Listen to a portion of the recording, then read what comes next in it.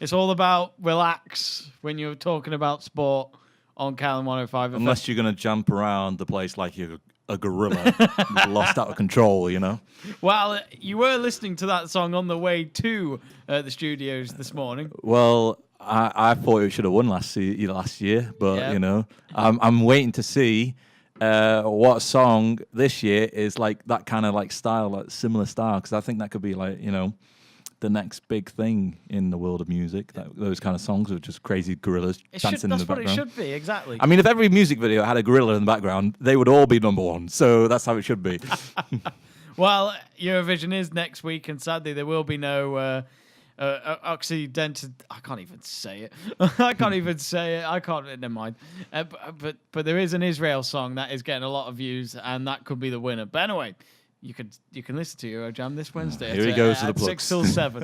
had to put it out there. Anyway, yes, you are listening to the Let's Talk Sports show with Jamie Davies, Conor Porter, and Joe Stanley, and we're actually going to talk about the latest news coming from Liverpool Football Club. I mean, they're having an exciting time at the moment. The club could be reaching their Champions League final come next month when it takes place. Kevin, if you are on our Let's Talk Sport YouTube channel, you could just see what a dreadful T-shirt Joe Stanley is wearing. Waste of money. Waste of money. No. Waste of money. We're never going to stop. From Paris down to Turkey, we've won a lot. But I'm glad. The fields of Anfield Road. I mean, we're all loyal supporters and we come from Liverpool. Joe, I'm so glad. LA. I'm so glad you left out that F word because we could have been in trouble there. It's all right.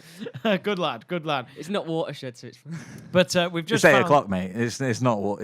Yeah, it's 8 o'clock. It's 8 o'clock, not 9 o'clock. No. Not 9 o'clock. Not there yet. But we have just found out that Jurgen Klopp's assistant, which is the Zeljko Buvac. I do Zeljko apologise. Buvac. Where's the H? Too long. Too long. He's Serbian. Serbia. I thought there should be an itch there for Serbian. Anyway, we find out that he's actually spending some time away from the club, and that's now. That's not at the end of the season. That's now until the rest of the season, which is come at a bad time, maybe, Joe, because you know Liverpool just need to go and get the job done in Rome to play against AS Roma in the second leg of the semi-finals. And then they could be in the Champions League final, and they've still got a couple of Premier League games to go. What is this all of a sudden? It's due to personal reasons, so it could be a family problem. We don't know, but any chance you might know anything about this, Joe? Well, I turned on my phone this morning and it come up across social media that he'd left the club. Definitely he'd had a row with Jurgen Klopp, but obviously more news has come to light this morning that it's not that he's had a row with Jurgen or members of the staff at the club. He's got personal reasons. And it's completely come out of nowhere. Timing's a bit strange because it's 2 days before the biggest game in the club's history. Well, biggest game in 10 years for the club. A Champions League semi-final away to Roma, 90 minutes away from the final if we get a result. It's very bizarre. I don't understand where this has all come from, and it's a big shock. I know he's a quiet kind of person, a personal guy, a private guy, Zeljko, but him and Jurgen Klopp have worked together for 17 years, so I can't see the rumours of the row, which was all right, started by Duncan Castle, so he's not the most reliable journalist, is he? Let's be honest, Manchester-based journalist. You heard that first, Duncan. But no, I must admit, looking at the situation though, when it's happening at such a bad time, do you ever? I wouldn't say it's a bad time.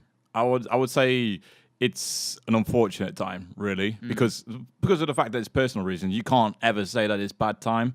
Because that would just be disrespectful to what he's leaving the clubs for. I think you have to say unfortunate, really. But, I mean, obviously we don't know if it's true, but journalists are saying it's due to a fallout with the manager. Now, if that is true, then it makes sense. Well, then he's gone. That speaks volumes to how Liverpool could progress going forward. Because I think if I'm right in saying, and Joe could probably maybe back me up on this, but in the terms of those two. Klopp's always been the heart of the management style, whereas he's been a tactician in that kind of sense of the word. So to lose him before the biggest game in the club's history for the past 10 years would be not disastrous, but certainly would hinder how they perform maybe in Rome in a couple of days' time. But I think ultimately it is the right decision for him to take because whatever personal reasons he's made, anything outside of football, whether it comes to family or whatnot, is always bigger than football. So I hope for the best that he's able to sort out those personal reasons and overcome them, whatever they may be.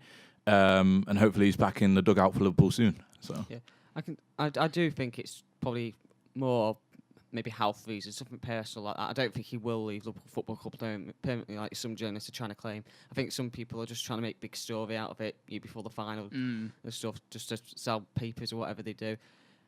Obviously, he's called the Brain, nicknamed the Brain, because of his tactical knowledge, as Conor's already said. And then obviously you've got Kravitz, sorry, that's the eye, because he can spot things in the video analysis side of things. They're all important things, and obviously, I said Klopp and him have worked together in management for 17 years now, and they played together before that at Mainz. So obviously, their friendship's solid. They've had falling outs in the past, but they've already. I mean, that's always part and parcel of work, isn't it? They've always made up straight away, sort of thing. Yeah. So I don't buy the whole story that him and Klopp have had a falling out, or him in the back. I just personally think it will be personal reasons, and that'll come to light at a later date. I mean, it's certainly unwelcoming because of the position that Liverpool are in the Champions League at the moment. And they certainly wouldn't have wanted him to go if they had the option as to say, yeah, could you please stay for at least this game, and maybe after that then they could have let him go. But maybe it's the case of travelling away from his family, who are probably located somewhere in the UK or in the Liverpool area, that may be too much for him at this time. We just don't know what these personal reasons are. And to be honest with you, I don't really want to find out what the reasons are either, because if it is a personal family affair, then it should stay private in that sense. Just because he's a public figure at Liverpool doesn't mean that he has to share his private life. So yeah, I mean, it is a blow, isn't it? Whatever's happened. But at the end of the day, it's not like the manager's gone. Klopp is still there. He'll be the man to make the decisions for the team come Wednesday night as well when they go to AS Roma. Well, how much effect do you think it could be, Joe? Because, I mean, okay, you're 3 goals ahead. Yeah. Everyone would love to be on that position come the second leg of a Champions League semi-final. But, 90 minutes, it's still a big task, isn't it? Yeah, well, the players found out, apparently they were told yesterday about the situation. The players have known a while now, before fans found out. So the players are probably used to the idea that they're probably boarding the plane today, going to Rome. They'll be focused on the game. Oh, yeah, definitely. You're going to keep them focused on that. They'll think about Zeljko. They'll have Zeljko in the hearts and stuff, but they'll be focused on that game and getting the result for him. I think Liverpool, all they need to think about is just Roma. Think about him after the game, but win this game, get this result for him, and then let's hope that Liverpool can get to the final, progress, and who knows, maybe lift a 6th European Cup, which would be lovely. They've all been waiting for that 6th trophy now, haven't they? And obviously the most successful UK team in Champions League football history, which is something I'm not very happy to announce, but it is the truth. 2 times we won it. We've won it 3 times, which is, well, if you want to know, it's a Forest fan. Conor Porter. I'm sure they know it by now. I've said it too many times. I love it how I said it like you're an alien. Yeah. I do apologise. That's so disrespectful. Apologise right now. Wow. During the music break. But for talking of Liverpool, the result on Saturday. Well, I mean, people will say goalless against Stoke with Mo Salah missing a sitter and Mo Salah not scoring and for the first time in so many games. Surely that doesn't matter anyway, because I looked at that result, Joe. Even though I'm not a Liverpool fan, there's clearly heart in another game that's coming later this week. Yeah, I think that's the thing, because we did make changes, didn't we, to the team? Obviously, not all the big players were out. We had Mane was out injured, but he'll be back for Wednesday. He had like a knock, so they left him out as a precaution of the squad. Yeah, so Danny Ings come in. He was sitting relaxing. Danny Ings come in, he played quite well. I thought he was unlucky to have his goal disallowed, but I must admit, that's one of those things. There was a moment when he had an injury on the pitch, wasn't there? And I thought, here we go again. He's going to go off. Oh, yeah. And obviously, you had Moreno at full-back instead of Robertson. He's not really impressed in the couple of games he's played. No. Since Robertson's obviously been put out just to take a break for the Champions League. So Liverpool made a few changes. It was like they didn't really get out second gear. It was more, we don't have to win this game. We've got a point. We need 4 points from our remaining games this season. Now it's down to 3 because they got the points at the weekend. So I think it was more of a, let's try and get everyone through this game, focus on Wednesday, and then on Sunday we can throw everything at Chelsea and try and get the 3 points and secure Champions League football for next season. And a couple of years ago, you would have looked at this result and gone, actually, that's not a bad result against a hard Stoke team, a draw. But obviously, Stoke in the relegation zone this season, and the way we've been playing football and scoring goals, everyone would have expected us to win 3-4, 5-0. Yeah. But obviously, Salah missed the opportunity. Did prove he's human. But obviously, it's one of those. It's Liverpool fan. You're a bit like disappointed that you didn't win, but you think we've got bigger things and more important things to worry about with Wednesday night. As you say, bigger fish to fry or something like that, or whatever they call it. But in other news as well, there's a lot of Liverpool news at the moment. Roberto Firmino has just signed a new contract, and he did a good old.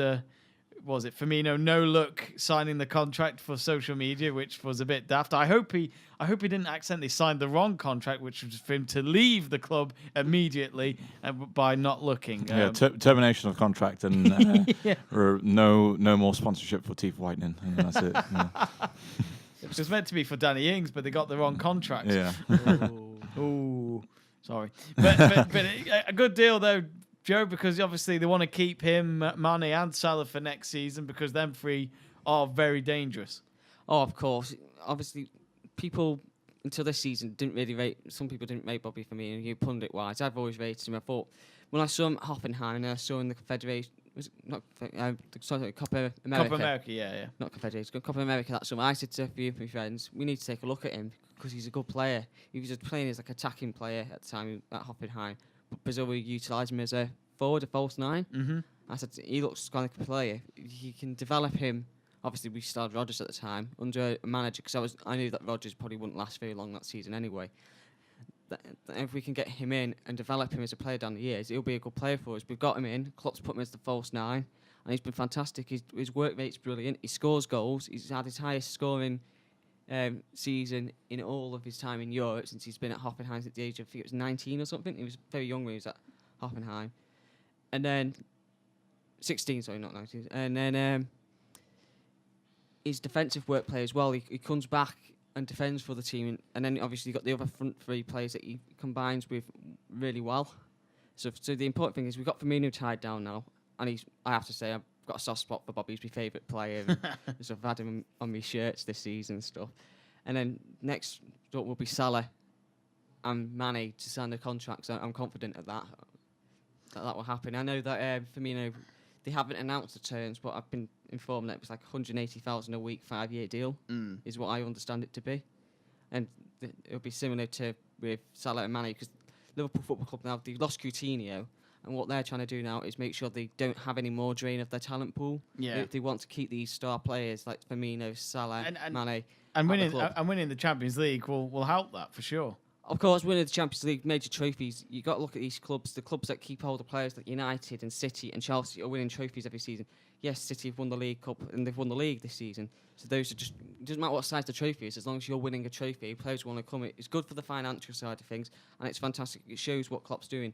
And it's good that these big players, yes, we've not won a trophy yet under Klopp, but playing great football. It's good that they're signing the contracts because it shows the faith in the manager, and it makes other players on potential signing to look and go, hang on a second, if they're staying, they must be building something bigger, and maybe I might want to join in the project.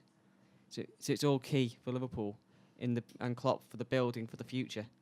Well, anyway, we're going to have a music break, and that was really the Liverpool quarter of an hour of the show there. But, lots going on. And, of course, remember, folks, that you can catch our Liverpool preview video on our Let's Talk Sport YouTube channel, where Joe and Conor talk more about the fixture taking place in Rome. Anyway, we're going to have our music break, and it's a very happy song, this one. Can you guess it? I bet you can. Here it is, Happy.